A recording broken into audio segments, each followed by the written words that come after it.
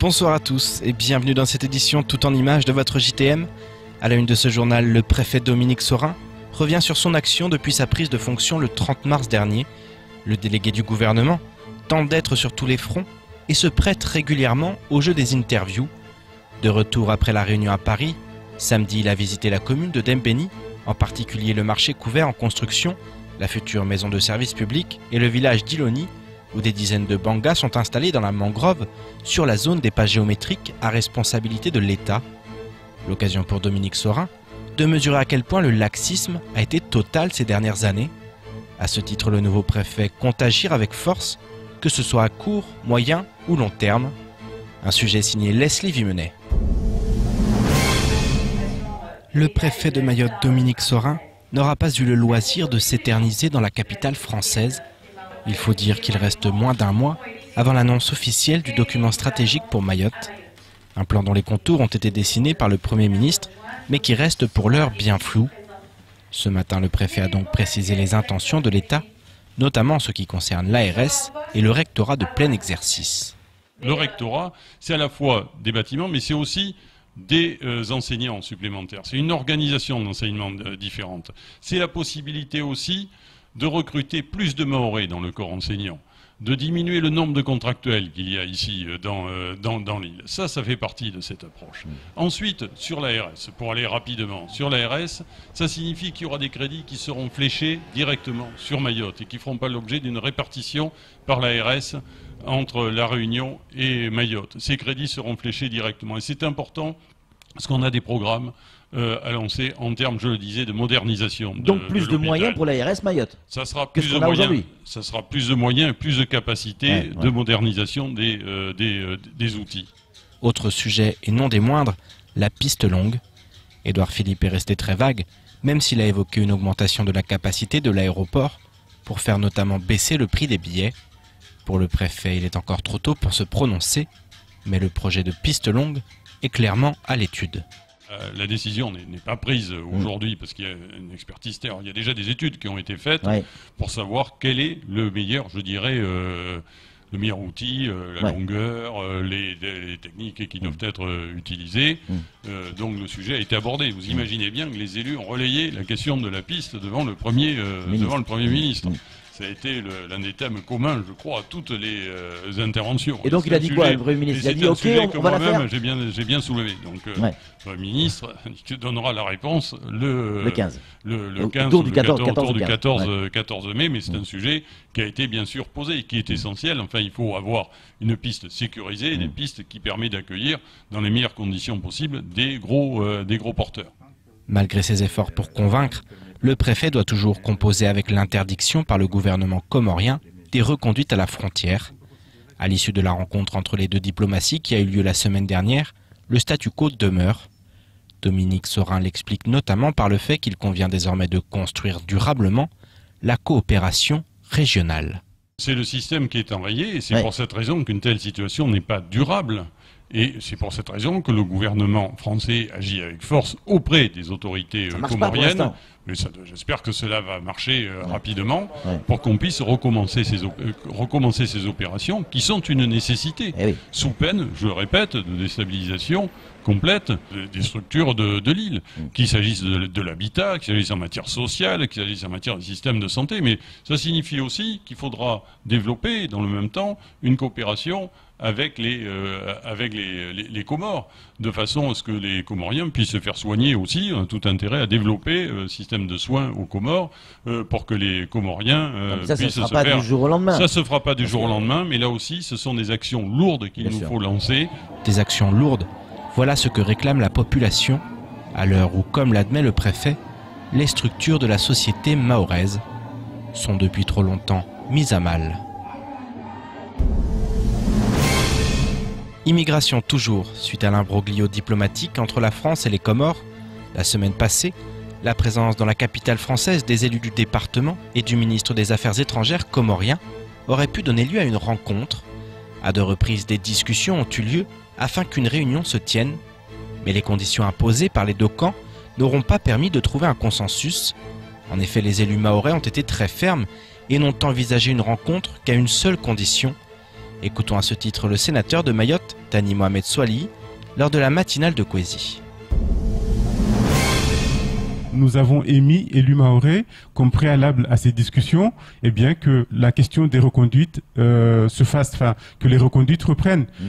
Après, si chacun émet des conditions qui sont impossibles à satisfaire en face, on se verra pas. Et donc nous-mêmes, nous n'avons de notre côté pas accepté cette réunion parce que, avant cela, nous voulons que les reconduites à la frontière reprennent. Et vous ne vouliez pas obtenir ces reconduites en discutant justement plutôt qu'en imposant, en tentant d'imposer? Mais pour eux, c'était une condition aussi. Il était hors de question de discuter sur les reconduites. D'accord, ils ne voulaient pas discuter des reconduites en fait. Mais non, ils avaient leurs conditions. Et il y a eu 2 tentatives, hein, une première réunion et puis... Il avait ses conditions à lui, notamment le paiement des gens jusqu'au fin fond d'un juin, la reconduite jusqu'au fin fond. Pourquoi pas? Ça se fait avec d'autres pays, ça se fait même entre la France et le Mali par exemple, mais avant ça, reprenons les reconduites à la frontière et puis on en discutera. Dans ce genre de rencontres, il ne faut pas céder à n'importe quelle condition, sinon c'est aux Mahorais que nous devrions rendre compte. On poursuit cette édition en prenant la direction du lycée de Coconi. Hier soir, l'établissement a été le théâtre d'un impressionnant cambriolage. D'après les premiers éléments de l'enquête, 8 individus seraient impliqués dans ce qui ressemble à l'un des casses les mieux organisés que le territoire n'ait jamais connu. Véhicules, coffres-forts, matériel professionnel, le butin emporté n'est pas encore chiffré, mais il s'élève à coup sûr à plusieurs milliers d'euros. Choqué par la manière dont les faits se sont produits, le directeur de l'établissement s'est exprimé à notre micro ce matin. Le récit des faits avec Amina Hariti, Abbas Alidi et Leslie Vimenet. Il est 23h30 dans la nuit de dimanche à lundi. L'équipe de gardiens présents sur le site est neutralisée par un groupe de 8 personnes. Après avoir été dépouillés de leur téléphone portable, ils ont ensuite été enfermés dans une voiture. Une fois assuré que les victimes ne pouvaient plus prévenir les secours, une partie des malfrats a cherché à se rendre dans le bureau du directeur. Les autres personnes sont parties vers les bâtiments administratifs. Ils ont fracturé les portes, ils sont rentrés dans les bureaux, ils ont cherché à toute évidence les clés. Avec les clés, ils ont pu prendre le scooter et un véhicule de service, une 301 blanche, et ils ont également pris les PC qui étaient sur les bureaux. Un important butin et surtout un mode opératoire qui laisse à penser qu'il s'agit d'une bande bien organisée. Pour Marc Langot, le directeur de l'établissement, c'est même une certitude. Moi déjà par rapport à l'organisation, je ne suis pas de la gendarmerie, vous comprenez bien, je pense que c'est d'abord très organisé, on voit bien qu'on passe à un autre niveau de délinquance, voilà, ça s'est fait très vite. Oui, je pense qu'ils sont très... Alors, prémédités, je sais pas, organisés, oui. Voilà, on peut aussi s'interroger sur comment ils peuvent être renseignés sur le fonctionnement de l'établissement. Cette question, Marc Langot n'est pas le seul à se la poser, car jamais auparavant un tel cambriolage n'avait eu lieu.